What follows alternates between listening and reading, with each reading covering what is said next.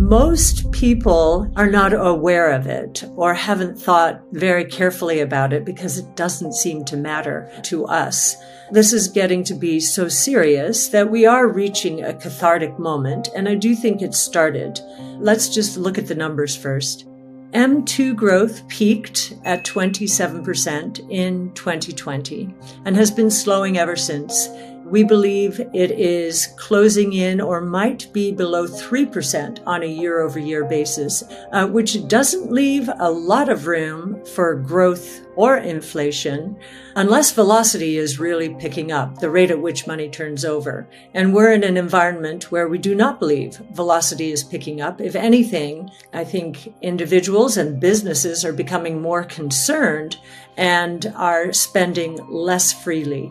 If you look at M2 also, you'll see that it actually peaked in March. Now, this is very unusual to see sequential declines in money. We have not gotten back above that March peak, and we may not get back above it the way that Fed policy is going.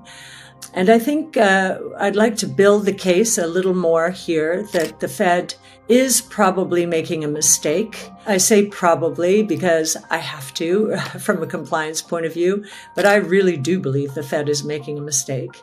And reflecting a little bit more on the Jackson Hole speech that Chairman Powell gave in late August, we've come to recognize that Chairman Powell really does think he is the reincarnation of Chairman Volcker, that we need him to take a sledgehammer to inflation, much like Volcker did. And history has treated Chairman Volcker very kindly. He did turn the tide on inflation. Now, what he did, though, was he turned a tide that had been building for 15 years. It started in 1964 with the Vietnam War and with the Great Society. So many social programs started at that time under President Johnson. And for 15 years, fiscal and monetary policy pretty much went rogue as we look at history. Even after shocks to the system, like the oil embargo and the stimulus that came about because of it, both monetary and fiscal policy, we never saw the kind of slowdown in monetary and fiscal policy that we're seeing right now. Federal spending is still down 14% on a year-over-year basis. You never saw a decline in fiscal policy spending in the 70s. Monetary policy seemed to be on automatic pilot back then. The dollar was getting crushed toward the end of the 70s, adding to the inflationary fire. So Chairman Volcker did choke off money supply and killed inflation. It took a long time for people to believe that inflation had peaked. In fact, I don't think many people believe it peaked as it did in 1981 until 1986 when oil prices crashed. So the inflation expectations were embedded in the system, and it was very difficult, and Volcker did a masterful job. So that was over a 15-year period that inflation had built. By the time the Fed got around to tackling it this time, it was not a 15-year problem. It was a 15-month problem. And from our point of view, it was caused primarily by shocks, major shocks to the system that we had never seen before. We had not had, since Spanish influenza, a global pandemic. And we did not have the supply chain problems, 2 years worth of them, that we had because of the COVID panic.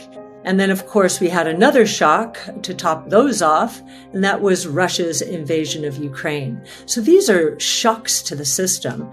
This was not a period of embedding inflation expectations, and yet Chairman Powell is taking a sledgehammer that is actually bigger, much bigger. It's at least 6 times bigger right now and could be 8 to 10 times bigger if the Fed does raise the Fed funds rate. And what do I mean by that? Well, Chairman Volcker was dealing with double-digit interest rates. He took interest rates from 10% to 20%. Now, by the time he did that, consumers and businesses had gotten used to maneuvering around inflation. While that sounds shocking, going from 10 to 20%, and it did have some shock value, it wasn't the same as what we're experiencing today with Chairman Powell and the Fed. Today, we've gone from 0.25% on the Fed funds rate to 5, not a twofold increase. Now, many people, I was interviewed by someone the other day and said, oh yeah, but that was such a low base. There's no comparison. In fact, that makes this even more dramatic. That's what's so interesting. People dismiss this way of thinking about it, saying, oh yeah, but the base was so low. The base was so low, and it had been really since 2008 and 9, because we were in a terrible crisis then, and it took a long time to get out of it. And so we did not have inflation expectations built into the system.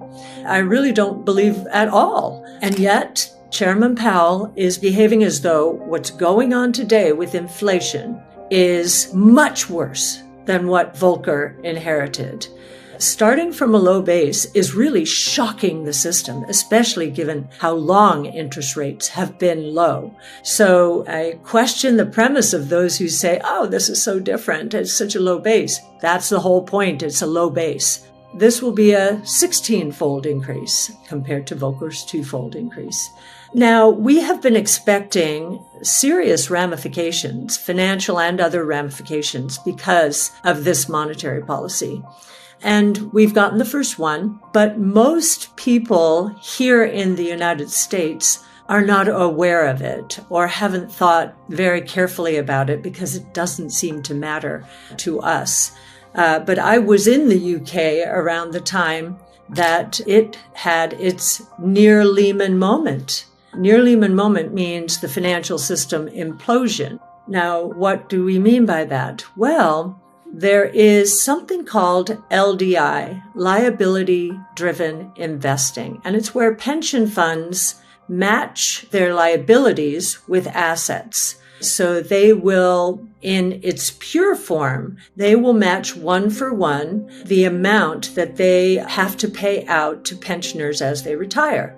Now, it would be great if they did match assets with liabilities completely from a safety to the system point of view, but they don't. And with banks and a very low interest rate environment, they got used to using derivatives and taking shortcuts to try and accomplish the same goal. And after a very long period of very low interest rates, I heard someone say the other day, and we were talking about this LDI crisis in the UK, that the reason it's so serious is pension fund sponsors were beginning to think, and banks were beginning to think, that interest rates would stay very low for a very long time, for as far as the eye could see. And that assumption was built into the kind of derivative activity they were doing.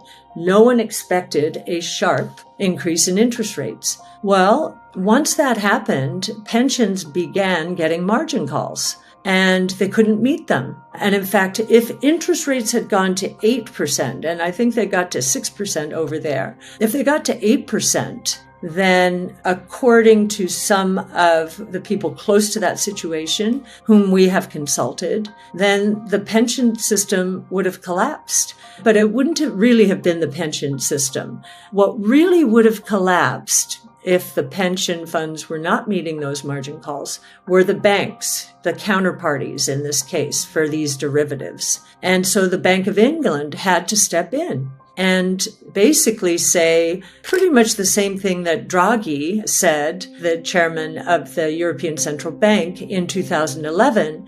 He basically said, we're going to pull out all stops no matter what. So while the BOE had been almost forced because of currency depreciation into following our Fed with higher interest rates, this was going to cause a great deal of harm to its system. And so it had to reverse its policy.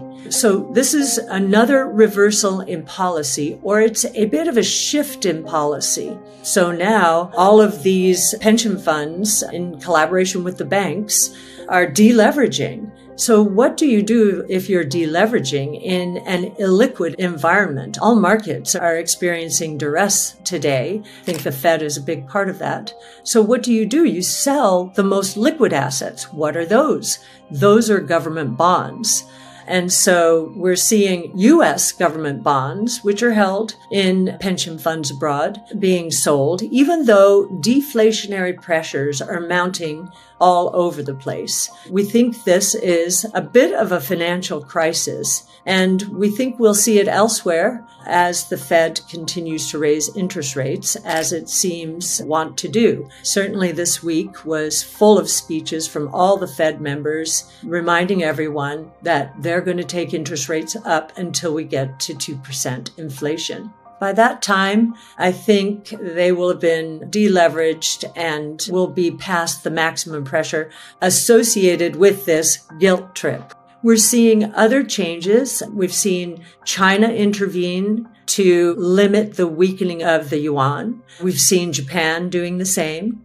Now, what is that? What are they doing when they do that? Well, when Japan is trying to support its currency at 145 yen to the dollar, what it does is it sells dollars and buys back yen. Now, that's good in a way. It's doing some of what the Fed should be doing here, actually. It's providing dollar liquidity to the rest of the world. China is doing the same thing. And so we'll see what happens from here.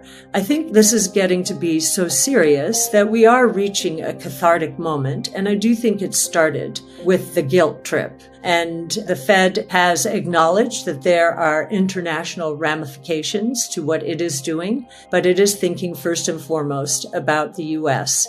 This reminds me a lot of the early 80s and what happened in the early 80s. There were two accords, the Louvre Accord and the Plaza Accord, where the Treasury ministers around the world all agreed to sell dollars to limit the deflationary impact on the rest of the world. And when I say deflationary impact, there are countries, sure, their currencies are falling apart, so their inflation rate they look like they're in hyperinflation or heading in that direction. But they are being strangled by dollar-denominated debt that they cannot service. So this ends up being quite a deflationary situation longer term. We're wondering what in the U.S. is the weak link. Is it our pensions? We don't know. We know there are LDI strategies in the United States. They're not as leveraged as we understand, but one never knows. If not that, what are some of the weak links that we're seeing? We've been worrying about auto credit for a while now, and now we have more reason to. Yesterday, we got the Manheim Used Car Index. It's a value index, pricing effectively, and it dropped another 3% plus. It was 4% plus decline last month. And so what we have now is the year-over-year increase has gone from 54% in April of 21 to minus 0.1. So there you go, Fed. There's another indication that deflation is in the system.